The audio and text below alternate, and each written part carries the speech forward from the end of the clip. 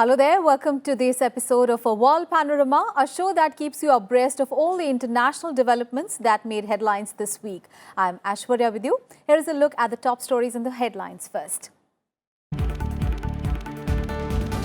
WHO upgrades the global risk of coronavirus outbreak to very high, says it's not a pandemic yet. 2,800 deaths worldwide with infections in every continent except Antarctica. Global markets nosedive to register worst week since 2008 global financial crisis.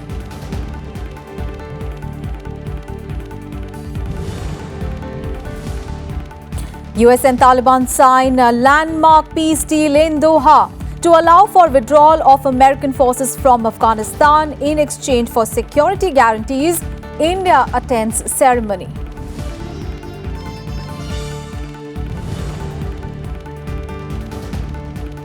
Malaysian Parliament likely to pick a new Prime Minister on Monday. Snap elections to be called if no candidate gets majority. Prime Minister Mahathir stepped down this week after internal bickering.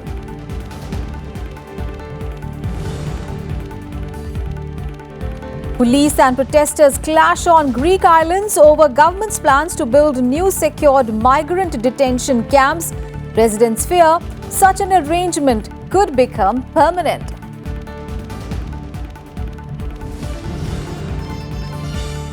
And Iran's conservatives claim victory in general election after record low turnout.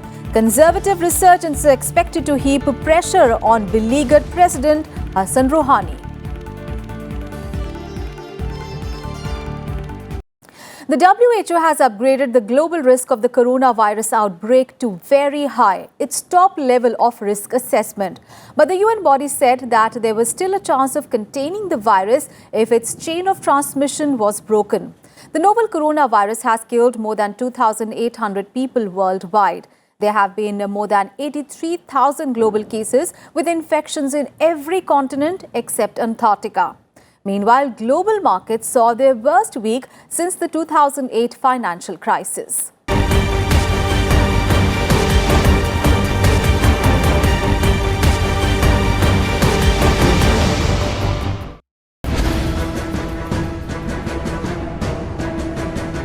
Thermal screenings,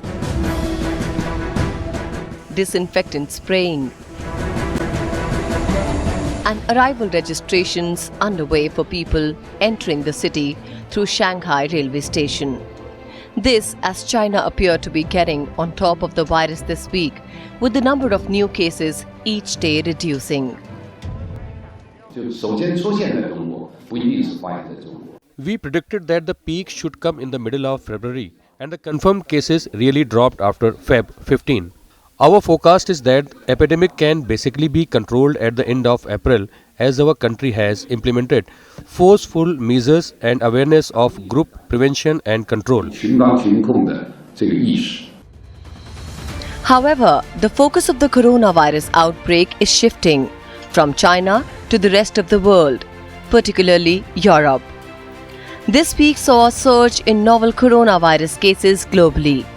There are infections now reported in every continent except Antarctica. On Wednesday, WHO acknowledged the number of new cases reported outside of China in one day was larger than those reported inside China. As a result, countries around the globe have put in additional precautionary measures. Based on the expert medical advice we've received, there is every indication that the world will soon enter a pandemic phase of the coronavirus. And as a result, we've agreed today and initiated the implementation of the coronavirus emergency response plan. Virus is spreading fast in Europe. Denmark, Estonia, Norway, Georgia, Greece, Romania, and North Macedonia all announced their first virus infections since Wednesday morning. More cases were also announced in Spain, France, and Germany. In Europe, Italy has the largest outbreak. Many European countries are now implementing emergency measures, with Italy effectively placing 100,000 under quarantine with travel restrictions. To the governments in Europe, the message is be prepared. And when there are patients, they should be treated with dignity and compassion and a good communication with the public.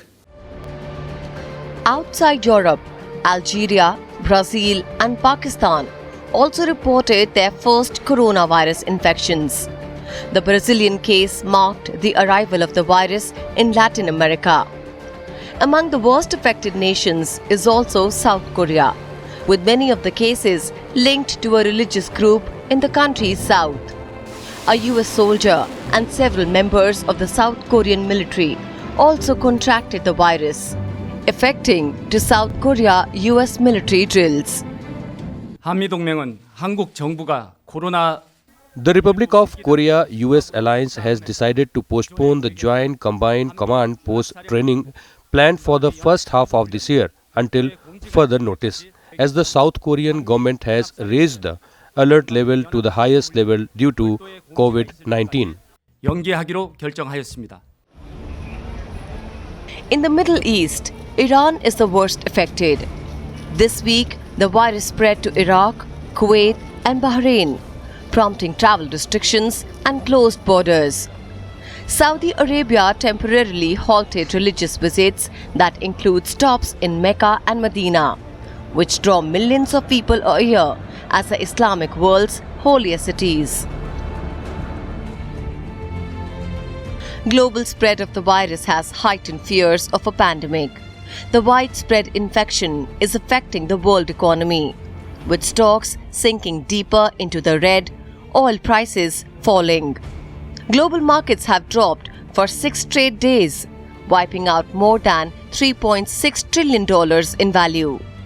The outbreak has played havoc in international aviation, with airlines cancelling flights as countries ban visitors from hotspots and nervous passengers put off travel plans. Bureau Report, Rajya Sabha TV. The Tokyo Olympics open in 5 months on 24th of July. But the fast-spreading coronavirus from China is making Tokyo organizers very anxious.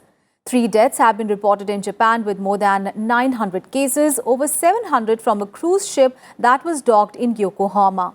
While International Olympics Committee has so far insisted that the games will not be cancelled or postponed, much will depend on the way the virus spread takes over the next few weeks. No Olympics has ever been cancelled or postponed due to anything other than war.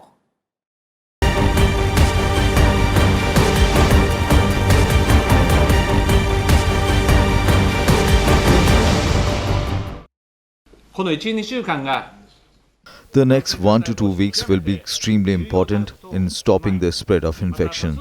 There is a large risk of transmission at nationwide sports, cultural events with large gatherings of people. Taking this into account, we request to either cancel, postpone or scale down on these events. Japanese Prime Minister Shinzo Abe on Wednesday calling for sports and cultural events to be scrapped or curtailed as his country battles to contain the spread of coronavirus. The outbreak has also put a question mark on Tokyo Olympics. The games are still 5 months away, but organizers are already thinking about the effect the virus outbreak could have on the international sporting event. If the games are cancelled, and that's a big if at this point, it's going to be a complicated decision. Today, we're sort of watching, and the IOC is in constant contact with the World Health Organization and all their specialized agencies to monitor this thing, because we don't really know enough about it yet. Japan has the second highest rate of coronavirus infections after China. Yet preparations continue in Japan for the Games. The 2020 Olympic mascots Mirai Toba and Someiti also last week left the Japanese capital for their Make the Beat tour of Europe. The Olympics torch relay is due to begin next month. Rehearsals are on for it. The Olympic flame will be lit in Greece at the archaeological site in Olympia, the birthplace of the ancient games, on 12th of March. After 7-day relay across Greece, the torch will be handed over to Japan on 19th of March, and then it will go on a relay around Japan. traversing to all of Japan's 47 prefectures over 121 days and ending with the Games opening ceremony in Tokyo on 24th of July. The organizing committee for the Tokyo 2020 Olympic and Paralympic Games revealed last week the event's official motto, United by Emotion. But at the moment, the emotion linking the world today is that of fear over coronavirus outbreak. However, so far, cancellation of the Games or their relocation has been ruled out. International Olympic Committee is relying on consultations with the World Health Organization to make any move. The advice that we've received externally from WHO is that there's no case for any contingency plans of cancelling the Games or moving the Games. The modern Olympics, which date to 1896, have been cancelled only once during Second World War time. The Rio Games in Brazil also went on as scheduled in 2016 despite the outbreak of the Zika virus. Bureau Report, Rajya Sabha TV. The landmark peace deal between the US and the Afghan Taliban was signed in Doha on Saturday. The peace deal was signed following the successful implementation of a countrywide reduction in violence. The accord comes after more than a year of talks between the Taliban and the US that faltered repeatedly as violence raged in the country.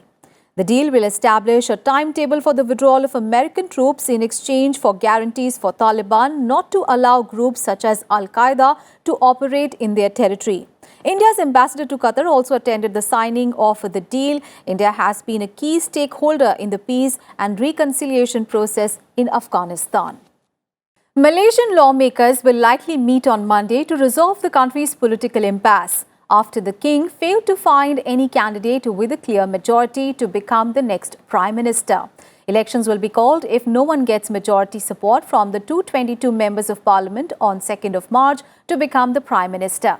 The acute uptick in political uncertainty comes at a time when the Malaysian economy is already reeling from a slowdown even before the threat of a global coronavirus outbreak.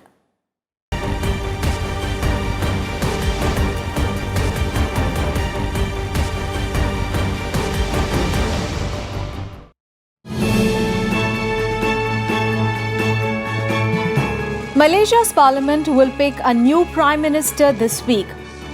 This follows the collapse of the ruling alliance. If the vote to be held on Monday ends in an impasse, snap elections will be called.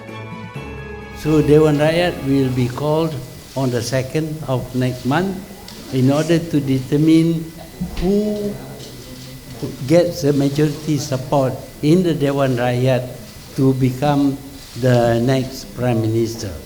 However, if the Dewan Rakyat fails to find a person with the majority, then we will have to go for a snap election.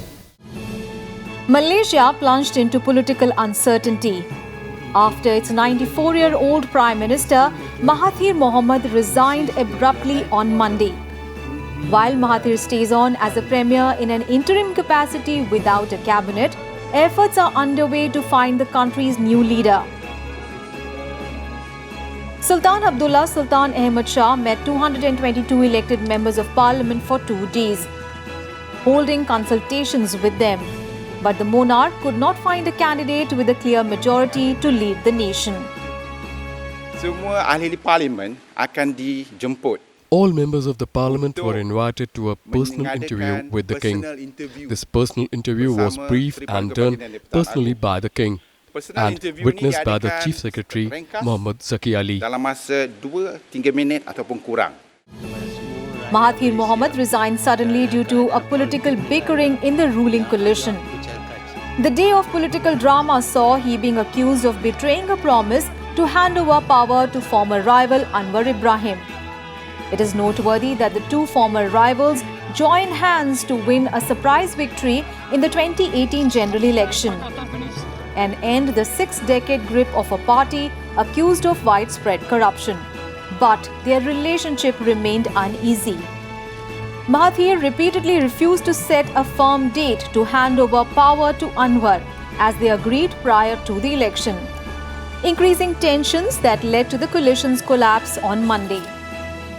warahmatullahi wabarakatuh. Terlebih dahulu, izinkan saya memohon maaf. I would like to apologize to all Malaysians for the political turmoil that has caused anxiety among the people. If I still have the support, I'll return. If not, I will accept whoever is chosen. Di kalangan tuan-tuan dan puan-puan. Now, the Monday deadline for choosing new Prime Minister sets the stage for several more days of political turmoil as those tussling for the premiership jostle for support from various coalitions and parties to gain the upper hand.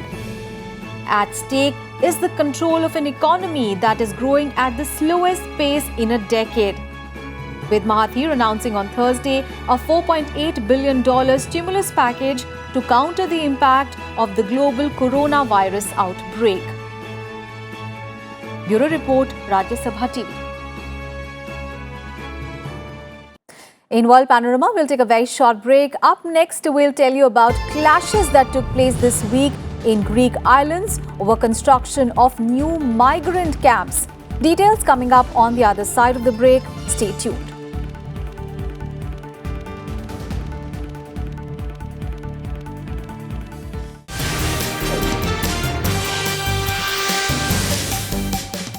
Greek authorities are desperately trying to contain mounting tensions over government plans to construct migrant detention camps on its 5 islands. Clashes were seen this week between residents and riot police on Lesbos and Chios islands. The migrants who cross over from Turkey in a bid to enter Europe are forced to remain on the Greek islands in overcrowded centres until their asylum requests are processed. The government plans to construct new migrant centre facilities for them, but locals who have already borne the brunt of migratory flows fear that the new facilities will ultimately become permanent.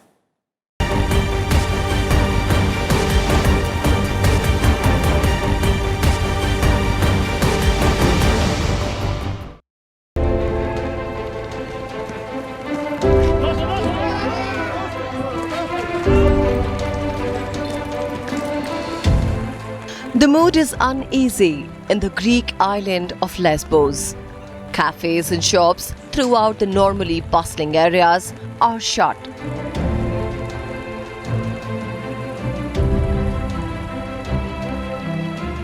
This after 2 days of clashes between police and local people protesting the government's move to construct new migrant camps. More than 70 people, including protesters and police officers, were injured. Demonstrations also took place on the islands of Chios and Samos. Island residents, as well as local authorities, argue that the migrants and asylum seekers should be moved to the Greek mainland. I disagree with the creation of new camps. For 5 years, all these islands have suffered enough. They lost property, they lost houses, they lost their lives. These people want their lives back. So, creating new camps on the islands means that these people will be enclosed there, they will be entrapped there for the rest of their life. Therefore, we're against. Authorities have pledged to build new camps to replace overcrowded facilities on 5 Greek islands of Lesbos, Samos, Chios, Leros, and Kos. This after reports of overcrowding at migrant camps. The UN also called for an end to the shocking and shameful conditions at the Greek camps.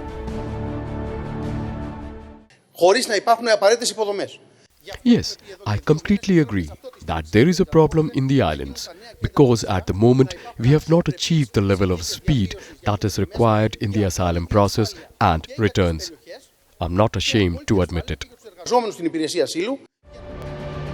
Greece government plans to close the present island camps, move asylum seekers to the mainland, return those that do not qualify for asylum to Turkey or countries of origin. And for a few thousand newly arriving migrants, these new reception centers on the islands are being made, in which migrants' movements will be restricted and their stay will be temporary. The plan has met with opposition from both migrants and locals. Migrants do not want their movement restricted, as locals say that new reception centers will eventually become like the current camps, with migrants' numbers swelling out of control.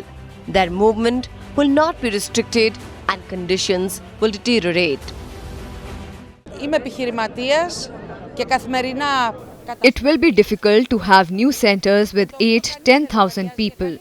It will be impossible to restrict their movement. These measures are not going to work. They will ruin the islands.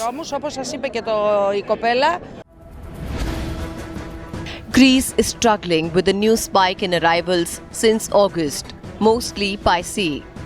All 5 islands of Lesbos, Samos, Chios, Leros and Kos lie off the coast of Turkey on a route where hundreds of thousands of migrants have tried to cross the sea on the way to Europe in recent years. Under a 2016 agreement, backed and funded by the EU, the movement of migrants is restricted to those islands until their asylum claims are processed. But with huge numbers, Greek government is struggling. Nearly 60,000 migrants and refugees arrived on Greek islands last year, almost double the number recorded in 2018. Bureau Report, Rajya Sabha TV. And here is a look at some more international news stories in Global Buzz. At least 33 Turkish soldiers were killed in an airstrike by Syrian regime forces in northwestern Syria. Turkey is now retaliating against Syrian troops' government targets. Turkey wants the Syrian government forces to pull back from positions where Turkey has set up military observation posts. Syrian forces supported by Russia are trying to retake Idlib and other areas from rebels who are backed by Turkish soldiers.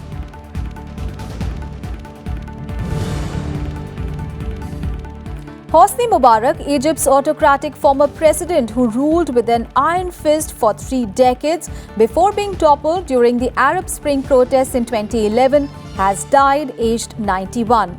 The former president's family said that he had recently been taken to hospital and was in intensive care following an operation to remove a tumor.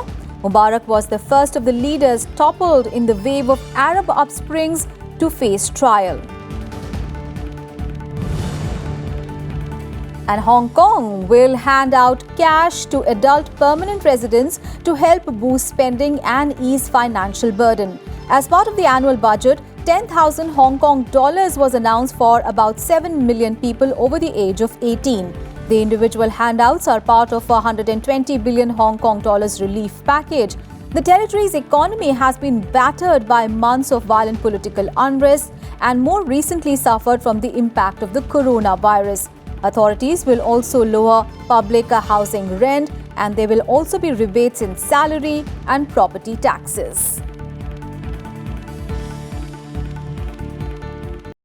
Iran's conservatives will dominate the country's new parliament. This following an election marked by the lowest voter turnout in decades.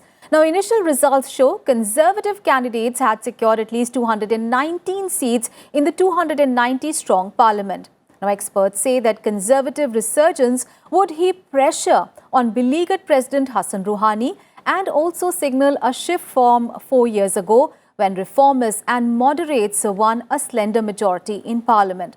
The polling comes at a time when the Iranian economy is in crisis and US-Iran relations in an extremely strained state.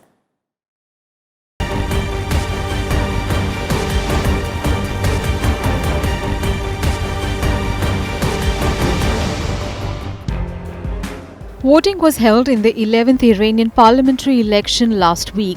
Supreme Leader Ayatollah Ali Khamenei urged the nation to actively participate in the polls. However, this year saw lowest turnout in a parliamentary election since the 1979 revolution, with only 42.6% of eligible voters casting their ballots. Officials blamed low turnout on coronavirus outbreak in the country. I hope the election can lead to improvement of our economy, employment, and all other important issues. Initial trends show candidates affiliated with Iran's Revolutionary Guards look on course to win the parliamentary majority. The result being a blow to moderates, Experts say authorities had disqualified thousands of contenders, many of them being reformers.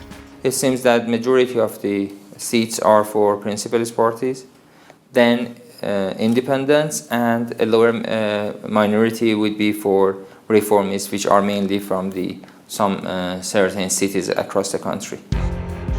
In Iran, while parliament's powers are limited, it can impede the president and shape the political environment.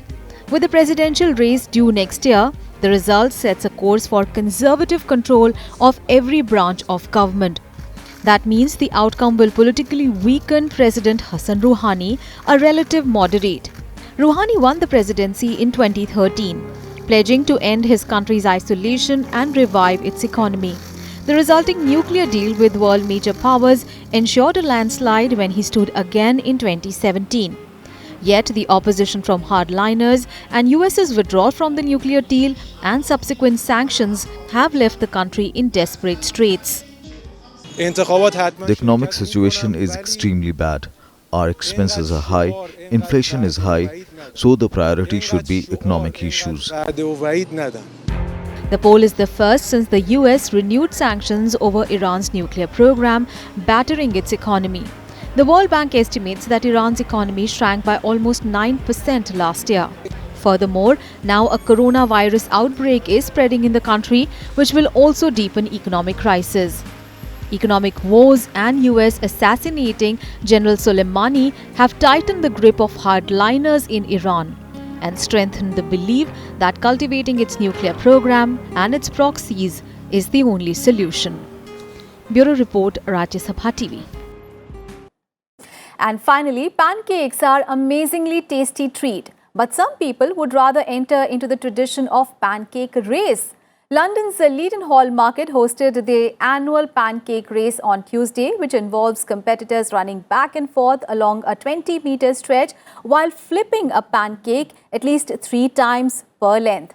The winning team were awarded the coveted engraved frying pan for their success. So take a look at the visuals of this unique race. As I take your leave, I'll see you next week in another edition of the program. Thanks so much for your time. Bye-bye.